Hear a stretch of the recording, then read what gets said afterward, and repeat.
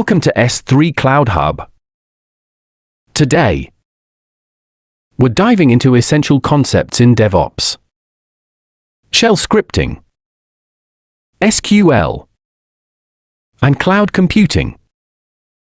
Let's move on to our first set of questions and see the answers. What are the day-to-day activities of a DevOps engineer? DevOps engineers focus on automating deployments, monitoring system performance, collaborating with development and operations teams, managing CI/CD pipelines, and maintaining documentation. Their goal is to streamline processes and ensure smooth operation and deployment of applications.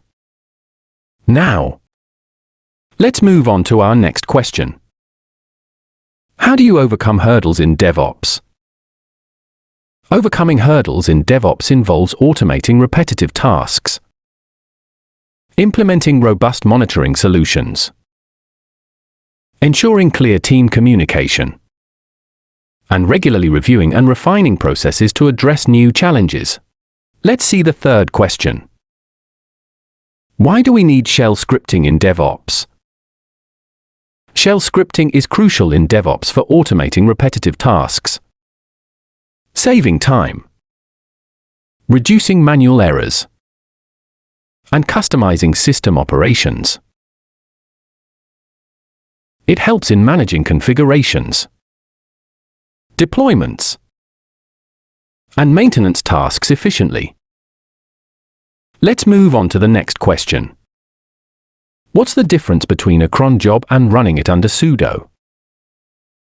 A cron job schedules tasks to run at specific times or intervals, while Pseudo executes commands with elevated privileges. Cron jobs handle regular scheduling, whereas Pseudo is used for executing commands requiring administrative rights. Now, let's dive into our next question. How do you address security issues in cron jobs? To secure cron jobs, restrict file permissions, use secure paths and scripts, and regularly audit logs and configurations. Ensure that only authorized users can modify cron jobs and that scripts have minimal privileges.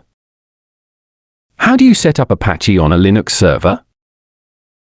Install Apache using apt-get install Apache 2 on Debian-based systems or yum install httpd on Red Hat-based systems. Configure settings in etc. Apache 2, Apache 2. Conf ordo etc. httpd, conf httpd. Conf. And start the service with systemtool start Apache 2 or systemtool start httpd. Enable it with systemtool enable Apache 2 or systemtool enable httpd. Now, let's check out the next question. What are the steps to convert HTTP to HTTPS? To convert HTTP to HTTPS, obtain an SSL/TLS certificate. Configure your server to use the certificate. Update URLs and links to HTTPS. And set up redirection from HTTP to HTTPS to ensure secure communication. Next, let's explore our next question. What are some limitations of shell scripting? Shell scripting has limitations in error handling, complex data structures, and graphical user interfaces. It's less powerful than higher-level programming languages for handling complex logic and large-scale applications.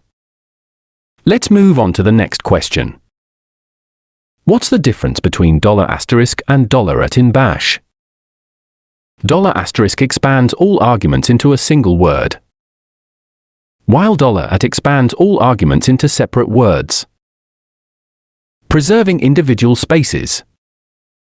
$* is often preferred for handling arguments in scripts because it maintains proper argument separation.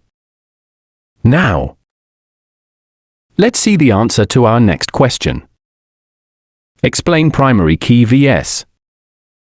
Foreign key in databases. A primary key uniquely identifies each record in a table, ensuring that no two rows have the same value. A foreign key links records between tables, establishing relationships and ensuring referential integrity. Let's move on to the next question. What's the difference between the having and where clauses in SQL? Where filters rows before aggregation, while having filters groups after aggregation. Use where to apply conditions before grouping data and having to apply conditions to the aggregated results. Now, let's check the answer for our next question. Explain different types of join commands in SQL. SQL joins include: inner join, returns rows with matching values in both tables. Left join, returns all rows from the left table and matched rows from the right table. Right join, returns all rows from the right table and matched rows from the left table. Full join, returns rows with a match in either table. Let's move on to the next question. What's the difference between drop, truncate, and delete in SQL? Drop removes the table and its data completely. Truncate deletes all rows but keeps the table structure intact. Delete removes specific rows based on conditions without affecting the table structure. Next, let's see the answer to our next question. How do you handle merging branches in Git? To merge branches in Git, use Git pull to update your local branch with remote changes. Then, use Git merge to integrate changes from another branch. Resolve any conflicts manually if they arise during the merge. Now, let's move on to the next question. Explain continuous deployment vs.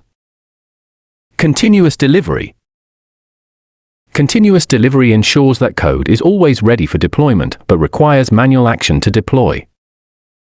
Continuous deployment automates the deployment process, pushing code changes to production automatically after successful testing. Let's check out the next question.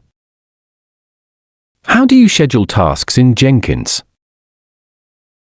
Tasks in Jenkins can be scheduled using the built-in scheduler with Cron-like syntax in job configurations. This allows you to set up periodic execution for automated builds and deployments. Now, let's move to our next question. What's the difference between cron jobs and Jenkins scheduling? Cron jobs are system-level schedules for tasks at specific times or intervals. Jenkins scheduling is integrated with CI/CD pipelines, providing more advanced features like conditional execution and integration with version control systems. Let's see the answer to our next question. What are agents in Jenkins? And how are they used? Jenkins agents are machines that run Jenkins jobs. They can be configured to run in different environments, allowing you to distribute workloads and scale your CI/CD processes effectively. Let's move on to the next question. Explain what EC2 is and how it differs from traditional VMs. Amazon EC2, Elastic Compute Cloud, provides scalable cloud-based virtual machines with flexible configurations. Unlike traditional VMs, EC2 instances are dynamically scalable, cost-effective, and managed through AWS as cloud infrastructure. Now, let's check the answer to our next question. How do you create a server in EC2? To create an EC2 server, log into the AWS Management Console. Go to the EC2 dashboard. Launch a new instance. Configure instance details, security settings, and storage. Then review and launch the instance. Let's move forward to our next question. I have my own server. How do I create a VM on it? Install virtualization software like VirtualBox or VMware on your server. Create a new virtual machine. Allocate resources such as CPU and memory. And install the desired operating system on the VM. Let's explore the next question. What is AWS Lambda? And how does it work? AWS Lambda is a serverless compute service that runs code in response to events. It automatically scales and manages the underlying infrastructure, allowing you to focus on writing and deploying code without managing servers. Let's see the answer to the next question. What is S3? And what are its use cases? Amazon S3 Simple Storage Service is an object storage service used for storing and retrieving data. It's commonly used for backups, archiving, data lakes, and static website hosting due to its high durability and scalability. Let's move on to the next question. What are nodes in Kubernetes? Nodes are worker machines in a Kubernetes cluster that run containerized applications. They provide the necessary resources, such as CPU and memory, for executing pods and managing their life cycle. Now, let's see the answer to the next question. What is a pod in Kubernetes? A pod is the smallest deployable unit in Kubernetes, which can contain one or more containers. Pods run applications and share resources like storage and networking within a single unit. Let's move forward to our next question. What are services in Kubernetes? Services in Kubernetes abstract a set of pods and provide a stable IP address or DNS name for accessing them. They manage network routing to ensure reliable access to application instances. Now, let's check out the answer to the next question. How does a load balancer work in Kubernetes? A load balancer distributes incoming network traffic across multiple pods to ensure high availability and performance. It helps prevent any single pod from becoming a bottleneck by balancing the load. Let's move on to the next question. Explain blue-green deployment. Blue-green deployment involves running two environments, the current, blue, and the new, green. After successful testing, traffic is switched to the green environment, minimizing downtime and ensuring a smooth transition. Now, let's explore the answer to our next question. What are the basic commands in Terraform? Basic Terraform commands include Terraform init ***, initializes your Terraform configuration. Terraform plan ***, shows the proposed changes. Terraform apply ***, applies the changes to your infrastructure. Terraform destroy ***, removes the infrastructure. Let's move on to the final question for today. What are modules in Terraform? Modules in Terraform are reusable packages of configuration that help organize and manage infrastructure code. They encapsulate and share complex setups, making code more modular and maintainable. That concludes our review of the first 30 questions. If you found this video helpful, don't forget to like, subscribe, and hit the bell icon for more insights from S3 Cloud Hub. Leave your questions and suggestions in the comments below. Thanks for watching.